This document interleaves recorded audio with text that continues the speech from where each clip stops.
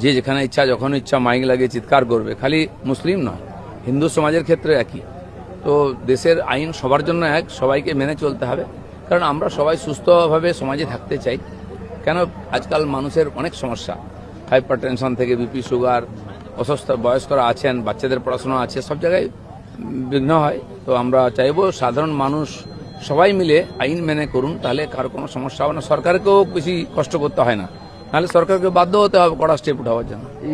আমি দেখেছি এই বিশ্বকর্মা পুজো একটা ঠাকুর রেখে দিয়েছে আর কয়েকটা বড় বড় বক্স রেখে দিয়েছে, আর কিছু নেই। আর সারাদিন বেদম আওয়াজ।